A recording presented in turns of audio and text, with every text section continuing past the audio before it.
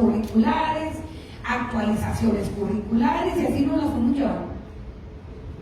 Porque había que obedecer a intereses privados. Y entonces lo público se desapareció en un trayecto de 30 años, un poquito más. Entonces perdimos lo público, se perdió lo público. Ya no supimos qué era lo público y creíamos que lo privado era lo público. El grave problema, perdimos el sentido. Entonces, transformación educativa refiere a recuperar lo público en educación, tal cual. Transformación educativa es la recuperación de lo público en el campo educativo. ¿Fíjate? Ese es un referente para releer el plan de estudios, porque ahí van a encontrar 1001 elementos que les está diciendo eso, nomás que no lo vimos, porque estábamos parados desde transformación, desde reforma curricular. Y entonces estábamos viendo que los campos, los ejes, los hechos, ¿no? Lo instrumental, lo procedimental. Y yo, discúlpenme, pero hago referencia a la conferencia de el programa analítico, plano 1, plano contexto, y que luego nos vi procedimiento, no debatan sobre los fines, no. Yo les voy a decir los procedimientos, porque ni siquiera el cómo, cuando hablamos de cómo, hablamos de toda una metodología. Pero no, yo reduzco su análisis a un procedimiento. Esto y allá, y eso es programa analítico. Bueno, no lo esperen de mí. Pueden esperarlo de otra gente, pero no de mí. Y ni creo que nadie de la Dirección General de Materiales Educativos. Bueno, ya tenemos una primera idea. Entonces, hay que ir a, les comentaba, que se retroalimentan. Estas ideas se retroalimentan. Bien, ¿cómo recuperar la educación pública o lo público? ¿Cómo se está planteando recuperar lo público en educación?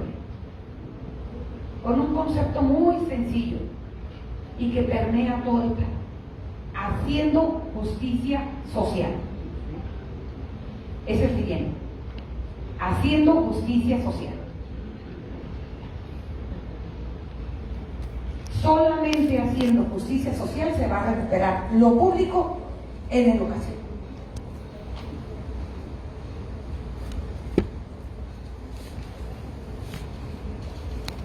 ¿Cómo vamos a hacer desde la educación justicia social?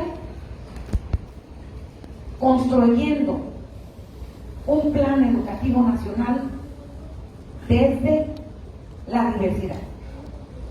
Solamente.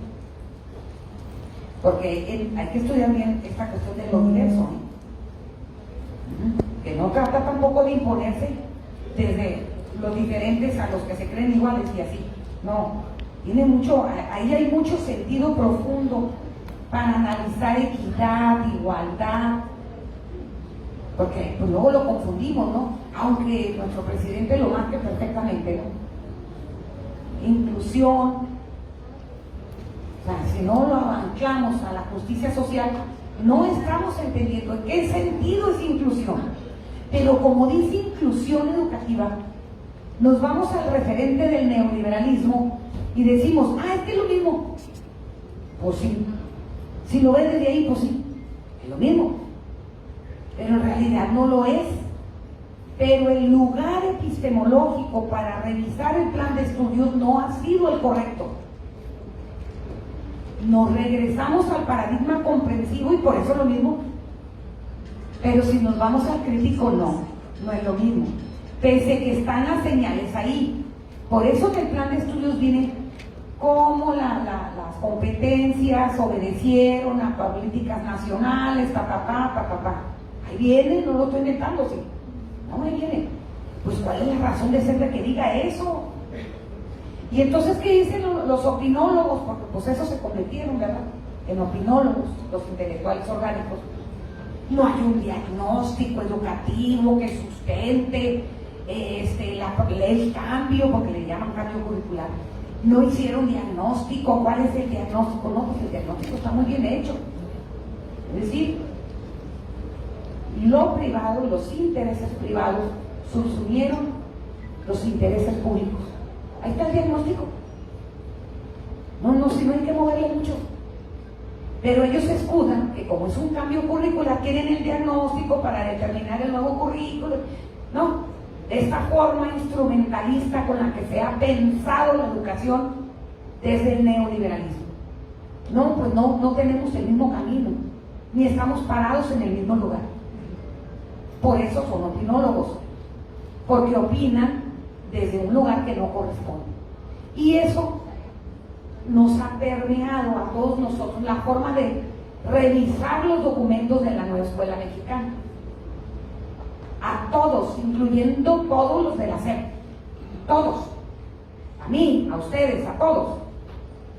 Entonces necesitamos construir un nuevo camino para releer los documentos de la nueva escuela mexicana. Releerlos desde otro lugar. Por eso les digo, hay que releerlos desde la recuperación de la educación pública, con la justicia social y con un plan de estudios nacional construido desde la diversidad. Bien, por eso en el plan de estudios ustedes van a encontrar una serie de principios. Una serie de principios, esa es la siguiente idea, en ese orden que vamos. Principios curriculares. Por ejemplo, por decir, la integración curricular es un principio, la integración. La autonomía profesional es otro. La autonomía escolar, la reivindicación del magisterio y muchos más, que si lean otra vez el plan de estudio, los van a detectar así. Estos principios son para que haya justicia social. Es decir, que escuchemos a los sin voz, a los que nunca han podido hablar, escucharlos y desde ellos pensar la diversidad. Si no, no hay justicia social. Pensar y dar el espacio y la voz, como dicen mis compañeros de Oaxaca, el uso de la palabra, el uso de la voz y la palabra, porque tiene en nuestros pueblos originarios una diferencia, la voz y la palabra. Es hermosa la diferencia, yo lo aprendí con ellos. Entonces le damos la voz y la palabra a los que no lo han tenido. Llámense educandos, llámense padres de familia, llámense comunidades, y a todos los que se pueden plantear desde la diversidad. Y desde ese conjunto de voces tendríamos que construir lo nacional, lo que sí es nacional. Entonces, pues ahí ya vemos diferente, ¿verdad?, que es la nueva escuela mexicana. Y entonces ustedes se van a lo que han leído del plan de estudios y ahí van a encontrar un mundo de principios. Inclusive hay una parte por ahí, creo que en la página 77, que habla de justicia curricular. Fíjense. ¿Sí leyeron ese término? ¿Sí lo leyeron? Está en el plan de estudios. Justicia curricular. Ay, ¿no? Porque hay que recuperar la educación pública que estuvo robada, secuestrada por los intereses privados. Si no partimos de esa posición política, que unos le llaman ideológica, pues porque les conviene así decirle, ¿verdad? Ahí los de la derecha y los opositores, pues le llaman ideología, pero no es ideología, es política. Esa posición política de recuperar la educación pública a través de este orden de ideas que les estoy dando para irlo viendo, es política. ¿Y qué sucede? Que se está criticando porque se dice, es que ahí se está difundiendo una ideología. Y la gran pregunta es, ¿cuándo la educación ha sido aséptica? ¿Cuándo la educación ha sido pura y casta? ¿Cuándo la educación ha estado sin sentido, intención o propósito? Nunca. Jamás. Ni estará jamás. Ni debe estar jamás. Entonces, claro que la nueva escuela mexicana tiene una propuesta política, efectivamente, porque educar es un acto político, ya lo decía Paulo Freire. Entonces no nos hagamos los apolíticos, sino que reconozcamos que estuvimos mucho tiempo a favor de una política neoliberal, reproduciendo los modelos educativos del neoliberalismo, promoviendo competencias, promoviendo aprendizajes claves, promoviendo aprendizajes fundamentales y los modelos de la calidad para evaluar y agredir al educando por los resultados y agredir al profesor por los resultados. No nos evadamos, no hagamos una evasión de lo que hicimos en su momento, porque entonces sí me voy a considerar apolítico, porque así me conviene, porque no voy a reconocer a quien le aposté políticamente. Entonces, no hay acto apolítico, no. Toda acción corresponde a un posicionamiento político. Y la nueva escuela mexicana tiene una correspondencia con un posicionamiento político indiscutiblemente, como siempre ha sido la educación. Pero aquellos academicistas, intelectuales orgánicos, nos andan haciendo creer que la educación es pura y casta. El acto de educar no está enmarcado en un contexto político, no conviene que lo digan. No, pues a ustedes les corresponde reconocerlo, y a todos. Entonces, claro que la educación es un acto político. Está Paulo Freire. Por eso, yo afirmo que la nueva escuela mexicana está pensada desde el paradigma crítico. Que luego la estén tergiversando porque no la he entendido y no he leído, bueno, eso es otra cosa. Pero está pensada desde el paradigma crítico, porque es una de las máximas de Paulo Freire. Toda educación es un acto político, punto. Nunca es inocente ni apolítica, y nunca lo ha sido. No es neutral, correcto. Entonces decíamos, ahí en el plan de estudios hay principios curriculares para llegar a ser la justicia social, y desde la justicia social recuperar lo público en la educación. Y para acotar esta orden de ideas, para acotarlo, porque si no nos alcanza el tiempo, porque pudiera haber mucho orden de ideas entre una y otra, me voy a ir al papel del plan analítico en esta recuperación de lo público en la educación. Ese es el contexto del plan analítico. No es un cambio curricular, no es hacer el cambio curricular como muchos piensan. No. ¿Por qué? Porque no se puede saber lo público si no se ha consensado desde la diversidad, desde lo disidente, desde el disenso, desde la voz de los excluidos. ¿Cómo construimos lo público? Ahora resulta que otro va a decir que es lo público. Otra vez la Secretaría va a decir que es lo público en la educación, sin el territorio, sin el contexto. Bueno, eso es general a lo particular, ¿no?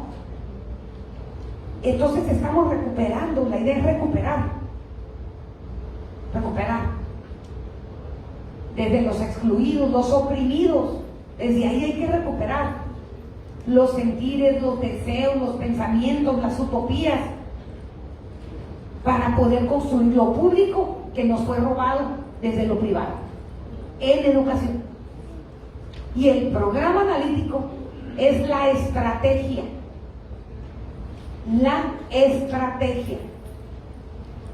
para recuperar lo público. Desde lo colectivo, el consenso, la comunidad, desde ahí. Entonces, ¿ya se movieron del lugar para pensar el programa analítico? ¿Ya? Porque si no, y están en el otro, Pues ustedes están esperando, paso 1, paso 2, programa de ley. No, sí, va a haber. Pero desde este camino, porque tengo otro camino que compartir. Y este camino tiene que ver con traer el machete y ir haciendo. Juntos. Hereda que se hará camino en algún momento. Bueno. Y entonces el programa analítico, desde este camino, tiene dos elementos fundamentales. Obviamente el programa sintético, que no deben confundirlo con programa de estudio, porque luego lo confundimos con programa de estudio, pero no.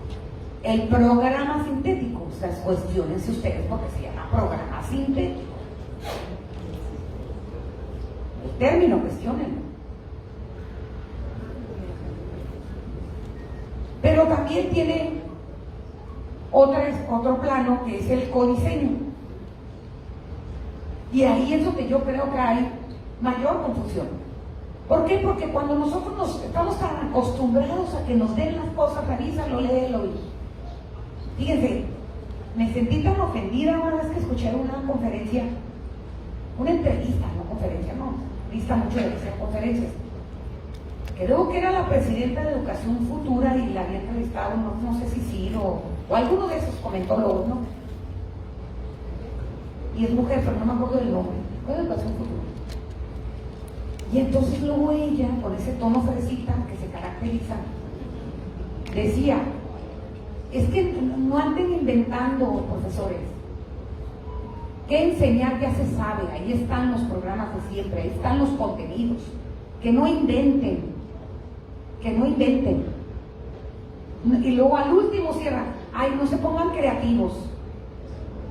Yo estaba escuchando y no daba crédito a mi pensamiento. No daba crédito. Dije, y se cree especialista en pedagogía y en educación, qué terrible. No sé, esa entrevista tiene como 6 meses, 5 meses. Yo me sentí tan ofendida como maestra, como profesora frente al grupo de muchos años, como defensora de la educación pública, me sentí tan ofendida. Dije, ¿cómo no lo ven? O sea, no se pongan creativos, maestros. Porque le dicen, tienes un mensaje, ¿verdad? Para el público. Que no se pongan creativos. Ya están ahí los programas, retomen lo que siempre hemos hecho porque es lo correcto, no se pongan creativos. Híjole, ¿no? Así, esa concepción tienen de nosotros los profesores. No se pongan creativos, hombre, porque pues no sabes ser incompetente. No se pongan creativos. Entonces aquí se trata de ponerse bien creativo. Mucho. Porque si no, entonces no recuperamos nada. Lo que hacemos es reproducir. Y esa es la crítica. Todo modelo reproduccionista de un orden social establecido por las políticas neoliberales que oprimen al pueblo y que le crean el techo de cristal para que jamás avancen. Por eso les decía yo, sí, seguramente vendiendo gelatina van a romper el techo de cristal. Claro que no, claro que no. Entonces, por eso es que les digo que hay que cambiarnos de lugar para leer el plan de estudios, ¿verdad? Y sobre todo para encontrar lo estratégico del programa analítico. Porque si yo no encuentro lo estratégico del programa analítico, me voy a la racionalidad instrumental y al procedimiento. Así de sencillo. Y al irme a la racionalidad instrumental y al procedimiento, así, tanto más tanto, estoy reproduciendo un orden establecido que reproduce la pobreza, la incrementa, incrementa el clasismo, incrementa el racismo, promoviendo estereotipos europeístas, una única visión del bien y el mal y del mundo. No, a lo mejor no nos hemos dado cuenta, pero así es la cosa. Bueno, entonces, este codiseño no es otra cosa más que territorializar contenido. para que forme parte del programa analítico. Territorializar contenido. Nos referimos a territorializar contenido cuando hablamos de que el profesor aportará contenido que surja de la reflexión del territorio.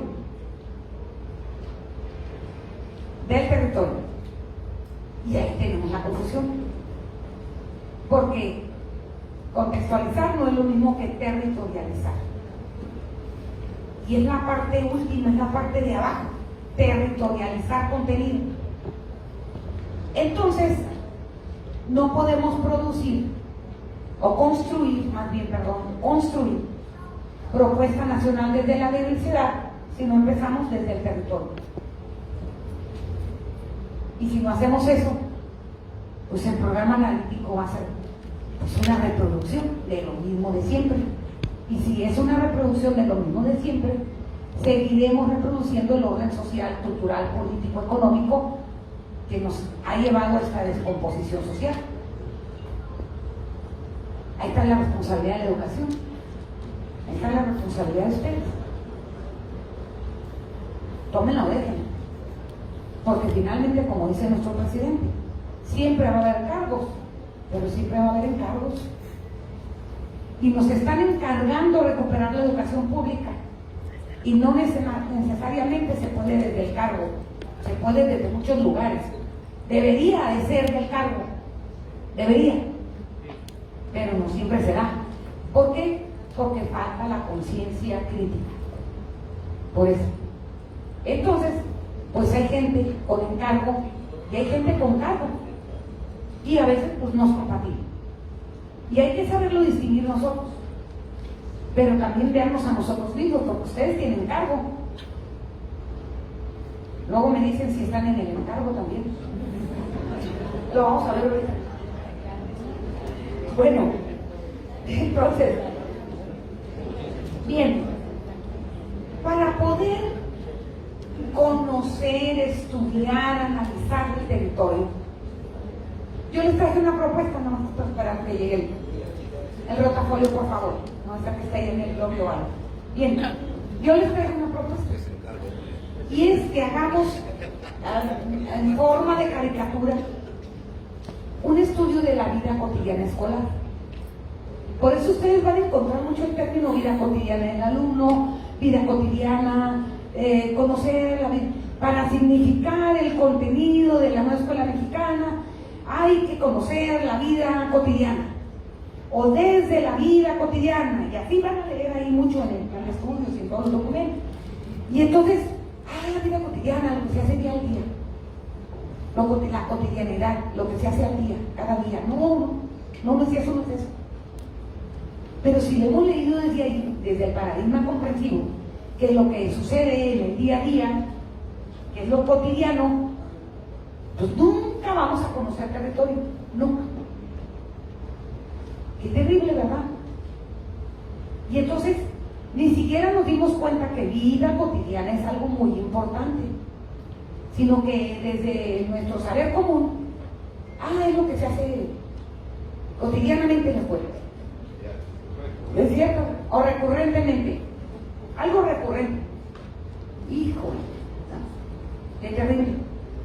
Pues no, yo les voy a compartir cómo de manera general se han hecho los estudios de vida cotidiana escolar, porque vida cotidiana viene desde la sociología para los estudios socioculturales, de ahí nace, pero desde las pedagogías críticas, vida cotidiana se lleva para hacer un estudio de la escuela.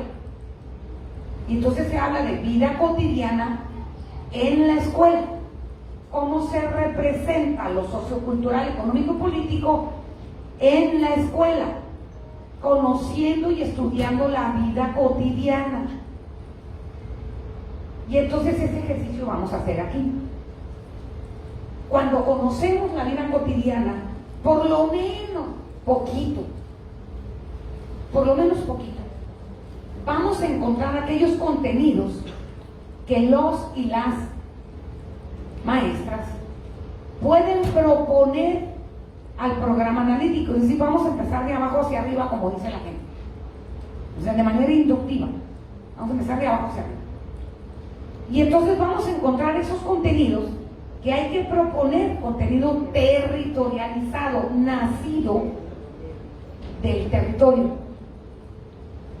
Y luego vemos lo del programa sintético. Es lo segundo. Pero la racionalidad instrumental, ¿qué nos dijo? Programa sintético, pues esto, que sé qué. Y ahorita vamos a entrar a eso. Y luego, después codiseño, ¿verdad? Porque es la creencia de que es una reforma curricular o un cambio curricular. Y es un error. No está visto desde la recuperación de lo público en la educación. Entonces vamos a empezar al revés. Entonces, bueno, para eso les voy a proponer una técnica que voy a platicarles un poquito. Hace 1001 años, cuando empezamos con todo este enfoque estratégico desde la planeación educativa, hace, no sé, varios años, pues en esa búsqueda y crítica también, vimos en algún momento con un árbol, con la figura, con una técnica japonesa que se llama árbol de la pertinencia. Pertinencia. Pero no lo hemos entendido porque ese concepto viene desde los japoneses y tiene mucha filosofía atrás. Pero los anglosajones y los españoles, pues todo lo reducen a lo menor, ¿no? Y le quitan los principios filosóficos. Y Japón todo construye desde el principio filosófico, muy originario de ellos. Entonces, pertinencia tiene otro sentido. Nosotros no nos llegó con ese significado. Entonces, pero como técnica, ellos lo crearon. No me acuerdo, que me disculpe, pero ahorita no me acuerdo del nombre, pero en el internet seguramente va a estar, ahí en el Google. Porque ellos después de la Segunda Guerra, que fue cuando se tuvieron que reconstruir como país, pues obviamente era tanto lo que había que reconstruir y rescatar para convertirse otra vez en un país fuerte, sólido, sociocultural y económicamente, que empezaron a hacer reuniones, ¿no? O sea, reuniones del gobierno que tenían, y pues cada, por decir lo que en México conocemos como secretaría, pues decía hay que empezar por tal cosa para poder recuperarnos, y la otra secretaría proponía otra cosa y la otra secretaría otra, y así eran discusiones y pasaba el tiempo y no lograban acuerdos. Esta persona entonces propone la técnica del árbol de la pertinencia precisamente para dejar de dar escopetazos. Ya cuando decimos dar escopetazos, pues es que iba el pato, ¿verdad? Sacó la escopeta y alguno de los 22 balines, alguno le va a pegar. No, ¿cómo lo veíamos esto en la educación? La confusión de integración. ¿Sí se acuerdan? ¿Les suena familiar? No, es que si así lo pongo, pues le pego a matemáticas, le pego a español, le pego. Son escopetazos. Alguno de las 22 actividades que puse en la planeación le va a pegar, ¿no? Alguna. Pues son escopetazos. Entonces ellos no querían hacer eso precisamente porque tenían que en muy poco tiempo cómo reconstruirse. Y con el árbol de la pertenencia, lograron acuerdos. Y tiene un poquito que ver también con este gran asunto que está complicando los CTE de estos 5 días con respecto a cómo hacer el programa analítico de la escuela, ¿verdad? Porque no, pues cómo que el programa analítico era que no eran nomás los profesores y que ahora de la escuela, ¿cómo lo hacemos, no? Bueno, pues también ayuda. Entonces yo les propongo que vamos a hacer 2 árboles, pero primero uno y luego el otro, no al mismo tiempo. Y entonces a mí me gusta pensar en una ceiba, porque la ceiba es de nuestras culturas mayas, nuestra cultura maya, y ellos decían que la ceiba es el árbol sagrado porque sostiene el universo. Pero aquí lo grandísimo de la ceiba como árbol sagrado, no solamente es que sostenga el universo, porque esa es una interpretación hispana. Y hay que tener cuidado, porque a lo mejor hay que irnos con nuestros pueblos originarios y preguntarles, ¿no? Que su cosmovisión, desde dónde el término. Y esencialmente la ceiba representa conexión. Por eso me gusta pensar en una ceiba. Representa conexión. Porque ellos decían, en la parte de las ramas y las hojas y eso, es el cielo, ¿no? Lo que sucede en el cielo. El tronco es la tierra, la vida de la tierra. Y en las raíces el inframundo, la vida del inframundo. Pero esa no era la importancia, sino cómo establecían la conexión.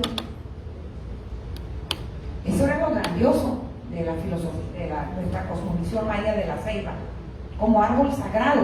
Es decir, nos daba cuenta de que todo estaba conectado con todo. Las vidas, los planos, estaban conectados con todo. Conexión. Nadie es una célula aparte ni es individual. Todos somos parte de las conexiones. Conexiones es colectividad. Colectividad es conexión. Así de sencillo. Y esas conexiones a veces, por este lenguaje español que manejamos, a veces nos confundimos porque esas conexiones pueden ser vínculos o pueden ser articulaciones. Y no es lo mismo.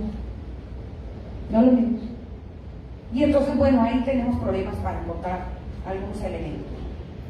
Entonces, en lo particular, el árbol rompe con la idea de esquema, mapa conceptual, cuadros de orden de entrada, esquemas de representaciones, o sea, rompe con esas técnicas eurocéntricas. Y tenemos que recuperar lo nuestro. Entonces el árbol nos ayuda mucho a recuperar lo nuestro y lo vamos a ir viendo. Entonces, porque es una forma de ver algo vivo, para empezar. Si yo lo pongo en un mapa conceptual, ¿no? Es algo muerto. Pero si lo represento a través de un árbol, bueno, quienes observan la naturaleza, quienes les gusta observar la naturaleza, sabrán que el árbol crece, se expande, se alimenta, ¿verdad? Está articulado a lo que le dote la luz, el cielo, el aire, la tierra, ¿no? Hay conexiones en todas partes. La sábila, la salvia que corre por el árbol, cómo alimenta desde la raíz hasta las hojas, ¿no? Conexión, conexión es vida. Por eso se mueve, es diferente, tiene cambios, crece, se expande, se reproduce, o sea, todos los procesos están ahí vivos. En cambio, si lo ponemos en un mapita conceptual, pues está muerto ahí, no se mueve, no tiene vida, ¿no? Y el árbol representa movimiento y vida. Entonces, por eso es importante retomar la figura del árbol para hacer este análisis a lo que me voy a invitar. Entonces, ustedes traen programas analíticos de sus maestros, ¿verdad? Por ahí, bien. Entonces, van a juntarse entre 2, 3, 4, se ponen de acuerdo y pueden usar alguno de los programas analíticos que ya traen. ¿Por qué? Porque ustedes no son profesores, no estamos frente al grupo, pues, son profesores, pero no frente al grupo. Entonces, pues tenemos que agarrar información de la que traemos de los profesores y las profesoras, pues para poder hacer el ejercicio. Ahora, puede ser que no encontremos ahí la información, muy probablemente. Bueno, pues de nuestros saberes, de nuestros recuerdos, traemos de nuestros recuerdos y completamos la información, sí. Pero si hay por ahí programas analíticos, es importante que desde ahí recuperen, pues para darle un poco de realidad a lo que hagan. Entonces, se va a dibujar un árbol. Y el árbol, pues, tiene raíces, ¿verdad?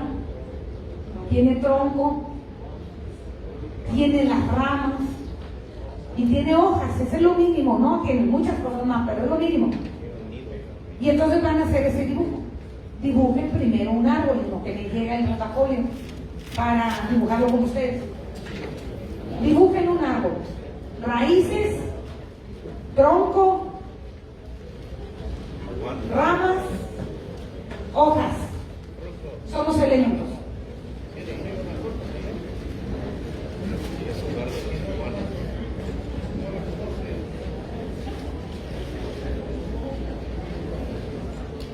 Todo bien, pero vamos a ir más con la representación de la imagen, ¿verdad? Y la forma y todo eso, pues, es diferente, ¿no? Ustedes quieran. Bien. En las raíces, fíjense, vamos a hacer estudio de vida cotidiana y vamos a problematizar. No vamos a plantear un problema porque eso es positivismo. Yo planteo un problema desde una pregunta. Qué terrible. Planteamiento del problema, atrás una pregunta. O una aseveración, es decir, una tesis, una hipótesis. Pues, no, pero está bien. Sí lo alcanzan a ver. De todas maneras lo voy a estar describiendo. Es que no quiero subirme porque no me gusta.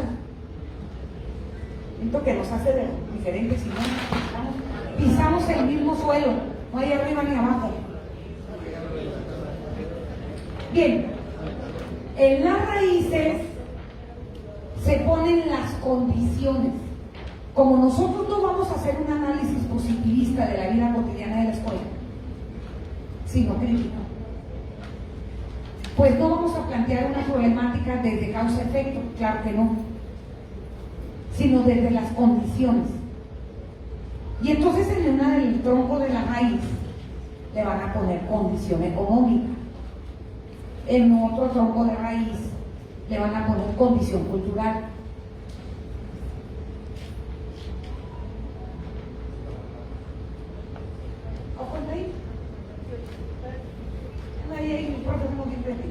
Siempre resolvemos con un alambrito, decimos esos del pan. El mexicano es capaz de resolver su vida, ¿no? Con un alambrito del pan, porque tenemos el ingenio que es maravilloso y es lo que nos distingue del resto de los países. Somos muy ingeniosos y no debemos de perder mucho. Bueno, entonces condiciones sociales, condiciones culturales,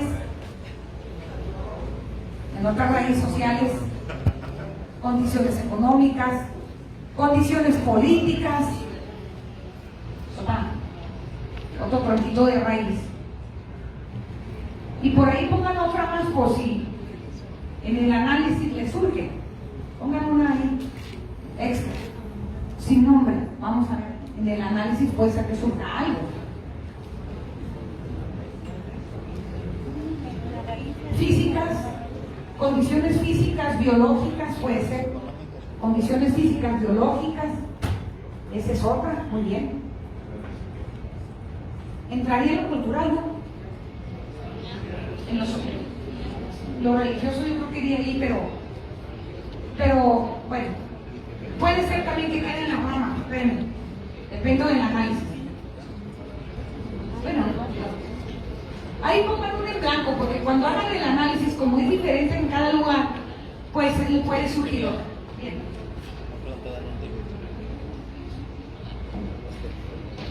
En las ramas, ¿ya lo puedo usar?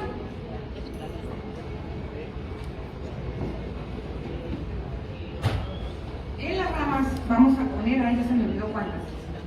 Espérenme tantito. Y mira mi acordeón. 1, 2, 3, 4 por lo pronto. Vamos a poner 4. Por lo pronto. 4 ramas.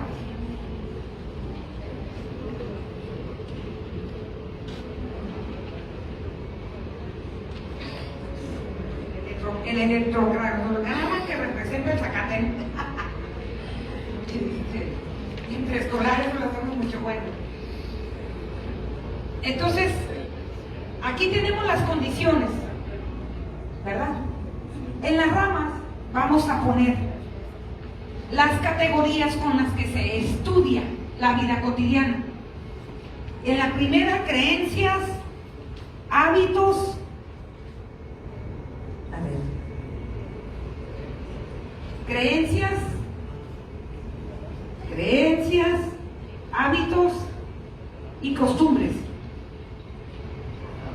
Para efectos de estudio se dividen creencias, pero en realidad cuando nosotros concebimos la escuela viva, las ponemos juntas porque está viva y se autoinfluyen, ¿verdad? Entonces, a veces es muy difícil lograr verlo con tanta precisión por separado y mejor lo usamos como categoría: creencia, hábito, costumbre.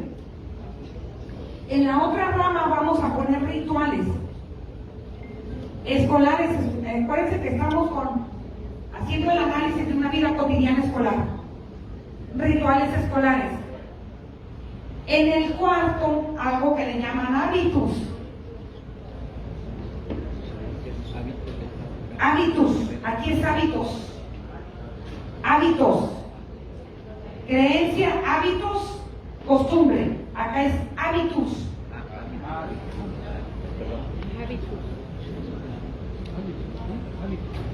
Me faltó uno. Ah, sí. No importa el orden. Y en la otra, mitos.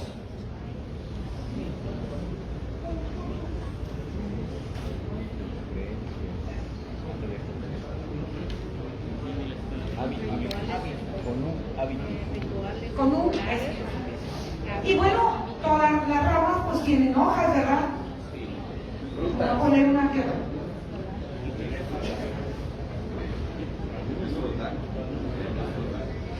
Bien, en las hojas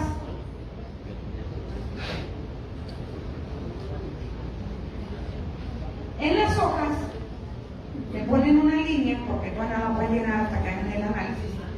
Son las manifestaciones. Manifestaciones.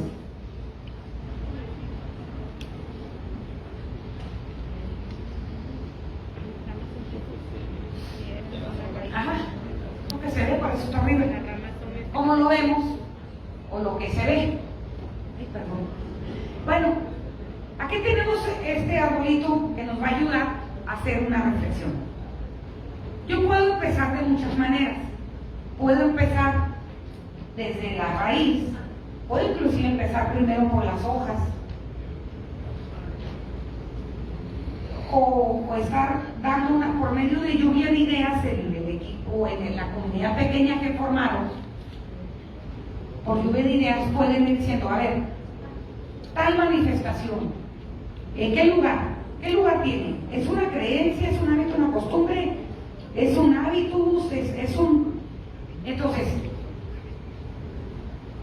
voy a darles a grosso modo creencias, hábitos y costumbres son supuestos con los que actúas. Los psicólogos que hay aquí le llaman pauta de conducta, pero desde la psicología le llaman pauta de conducta, pero la creencia es un supuesto y que tiene que ver con te hace actuar. Actúas desde un supuesto. Así, muy corto, porque si se van al Google ahí van a encontrar, porque los usamos mucho en investigación. Mitos. Un mito es una explicación sobre un fenómeno que no tiene explicación científica.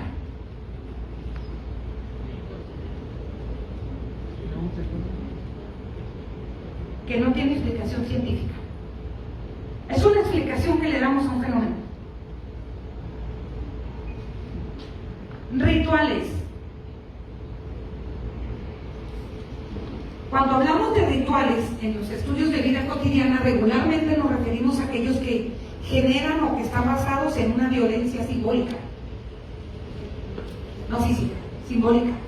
Son rituales. Y hábitos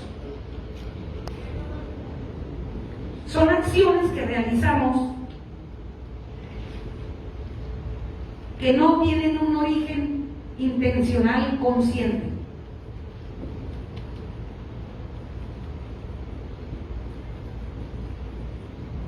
El hábitus. Pero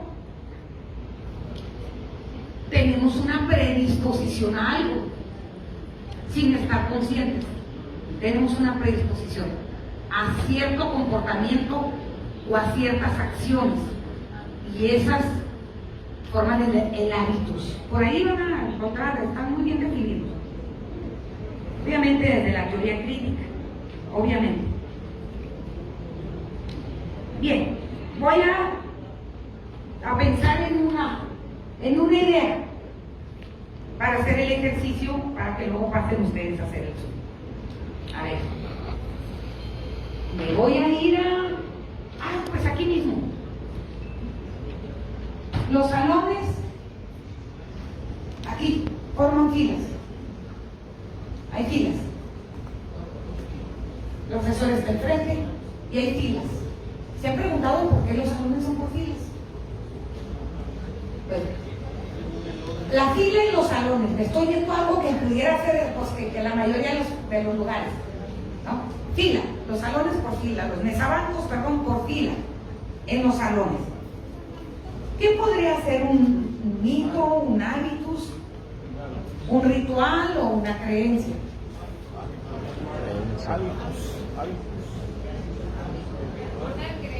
Puede ser un hábitus, puede ser, no, creencia no es, nos falta encontrar la creencia. O sea, por ejemplo, si lo pongo como un ritual, voy a poner como un ritual, ¿no? Porque pues entra el que sabe. Ahí viene el que sabe. Voy a hacer el hábitus, ¿verdad? Se llama Teatro del Oprimido, de Pablo Freire. Próximamente lo van a conocer. Entonces yo llego así y estoy. Ahí está la cosa. Y si veo que aquí me le acerco a ver cómo está contestando, si este está viendo a los otros, ¿no? Fíjense, la razón de ser de las filas, para facilitarle la supervisión al que está enfrente, porque es el gurú. Los de allá no saben, el de acá sabe. Y ustedes están así para escuchar al de acá porque es el que sabe. Y denle la espalda al que no sabe, está atrás de ustedes.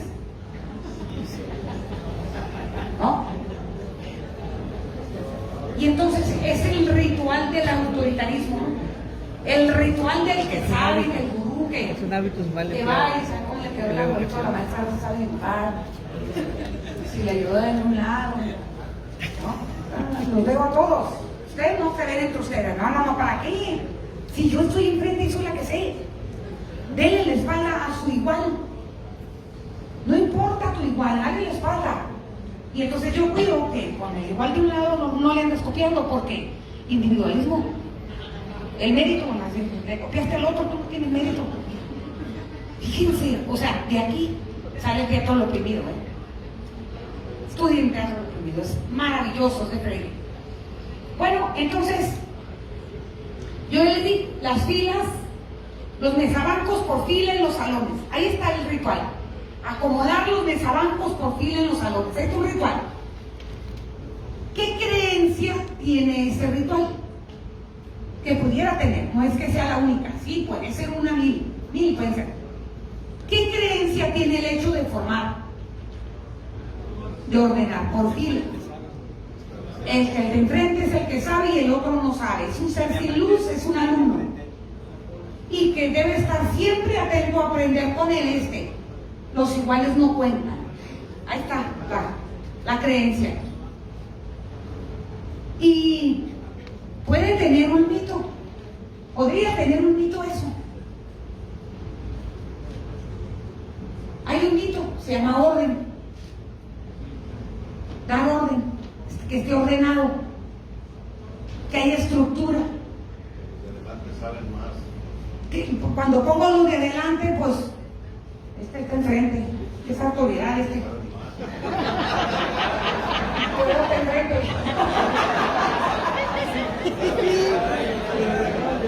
Las autoridades deberían estar atrás, porque deberían estar viendo todo el escenario y aprendiendo de todos, no del de que está aquí, que dice que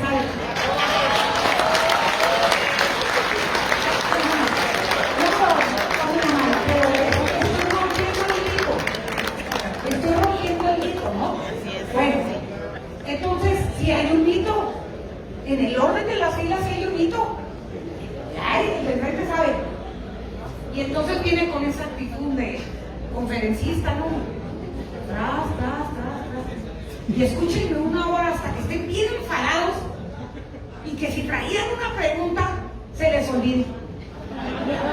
Porque no vaya a ser que me pregunten algo que no puedo responder, porque como yo soy, el que sabe, yo dicto conferencia. Pero entonces se convierte en el que fiscaliza. Y entonces se convierte en el que fiscaliza, es correcto. Pero no acepta ser fiscalizado. Por eso yo doy conferencia. Y pongo el PowerPoint y todo, y no se me salgan de allí el análisis, aunque traigan otras dudas, no importa. Aquí. Y si me vas a hacer preguntas que sean sobre este PowerPoint, porque es lo único que domino. Y si me haces preguntas de otra cosa, no, pues yo ya no. Así que no juego, decimos en el rancho. Bueno, ahí está el mito, ¿se fijan? Ahí está el mito tremendo y lo reproducen mucho. Son opresiones intelectuales. Son opresiones, son mecanismos de opresión que hemos vivido todos y cada uno de nosotros. Mecanismos de opresión. Y la nueva escuela mexicana tiene un enfoque emancipatorio. ¿Podría usted acomodarnos de otra forma? Si cupieran y si así lo hubieran previsto, con muchísimo gusto. De hecho, a mí me hubiera gustado. Pero ahorita Es lo que nos pasa en las aulas. es correcto. No hay prevención. A veces no es mito, no es creencia, son las condiciones. Es correcto. No son fuerzas de nosotros. Yo no puedo acomodar a 40 niños. Ajá. Lo he intentado, no se puede. No se puede, no cabe. No cabe.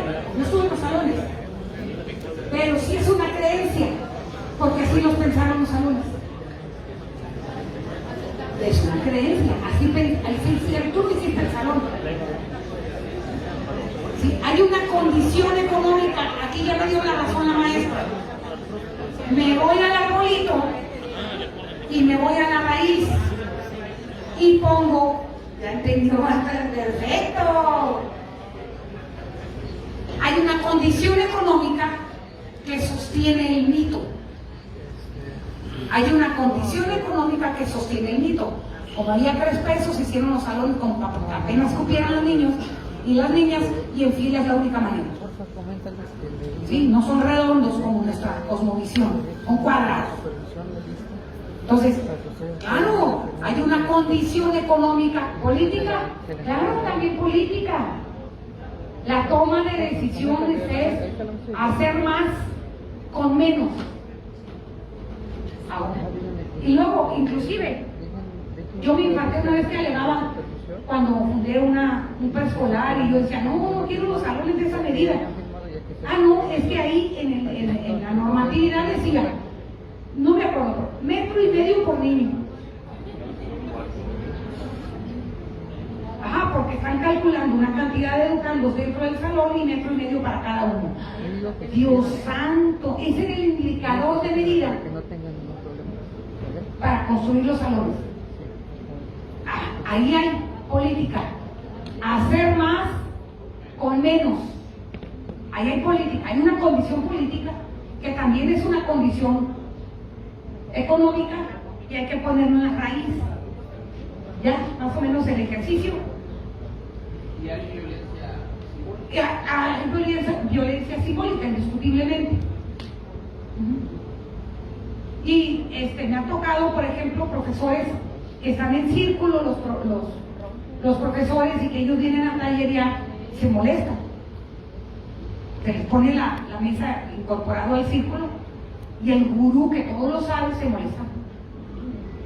Dice, oye, ¿cómo no? O sea, que hay hábitos. Se considera muy normal esto.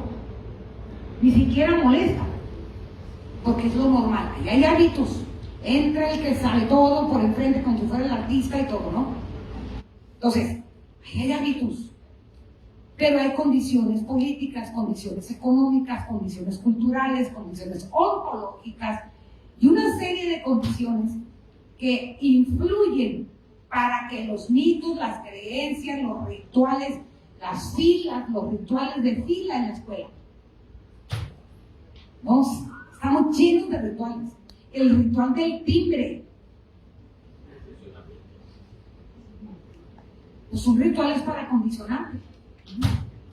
Y bueno, este ejercicio lo van a hacer, pero como es muy amplio, pónganse de acuerdo, ¿qué escogen?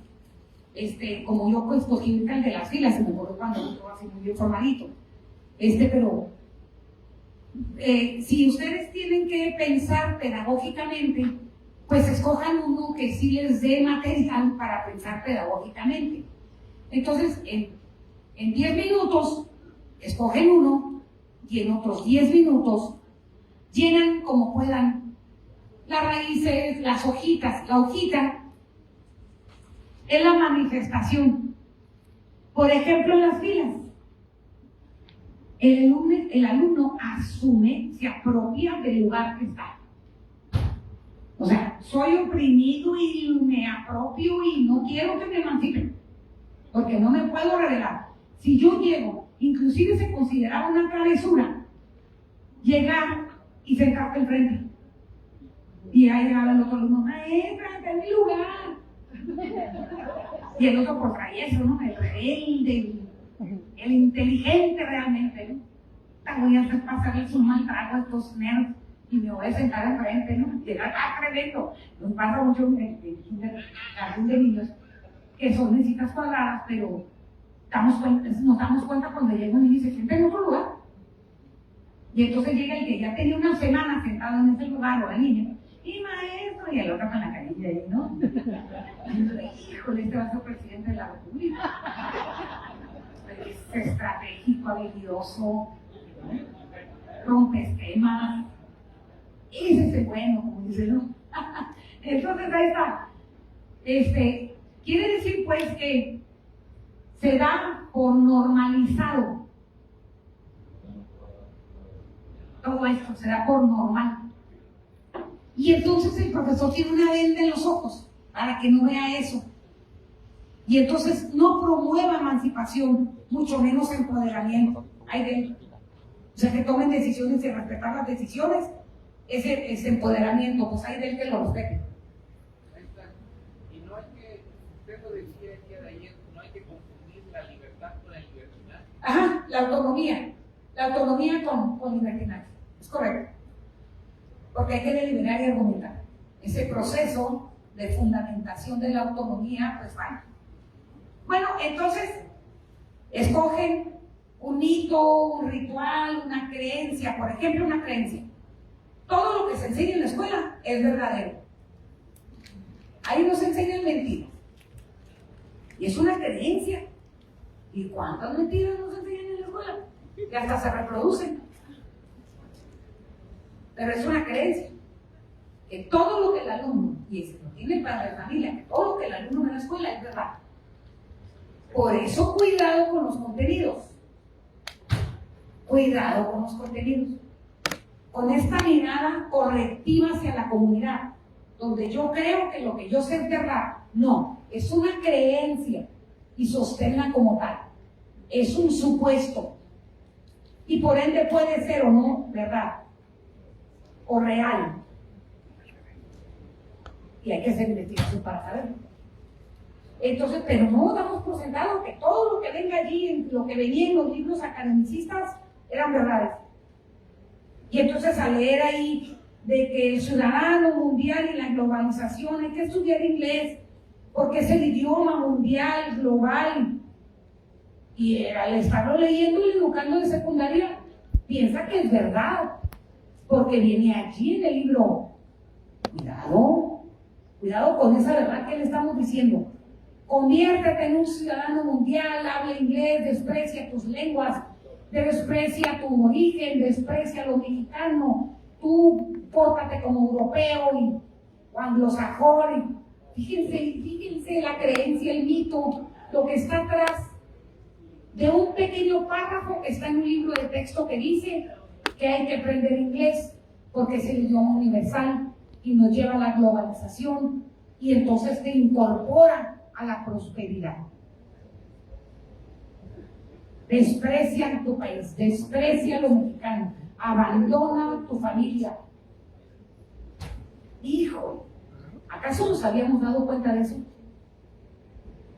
Bueno, pues este arbolito así de sencillito como lo ven y de mal hecho, nos ayuda a conocer a todo eso vivo que sucede, todo eso vivo se llama vida cotidiana escolar, que sucede en el espacio de la escuela y también se representa en cada aula. Los niños no quieren jugar con las niñas no quieren jugar con los niños. Calladitas, nos vemos más bonitas las mujeres. Y ahí viene toda una cuestión cultural. Cabeza agachada porque eres mujer, ¿no? O atrás del hombre y de ti que lo haces. Y ahí nos vamos. Todo eso tiene representación en las escuelas y en las aulas. Cuando nos ponemos a resolver un rompecabezas, los niños quieren estar con los niños y las niñas con los niños. Porque en su casa dicen, no juegues con los niños, vente a jugar aquí con los niños, casi la cocinita. Entonces, ahí están los mitos, las creencias, las tradiciones, las costumbres. Todo eso tiene una representación en la escuela. A ese conjunto de representaciones que las podemos identificar a través de cómo se manifiestan, cómo se hacen ver, cómo la puedo ver. Sus conexiones con las condiciones, a todo eso se le llama vida cotidiana escolar. ¿Sí quedó claro? Bien, entonces 20 minutos para que hagan un ejercicio, seleccionar un programa y desde ahí ver si agarramos un mito, una costumbre, una creencia, desarrollamos el arbolito, lo de arriba y lo de abajo. En el tronco todavía no le entre. Vamos, bueno, 20 minutos, tenemos 10:25, 10:45, volvemos.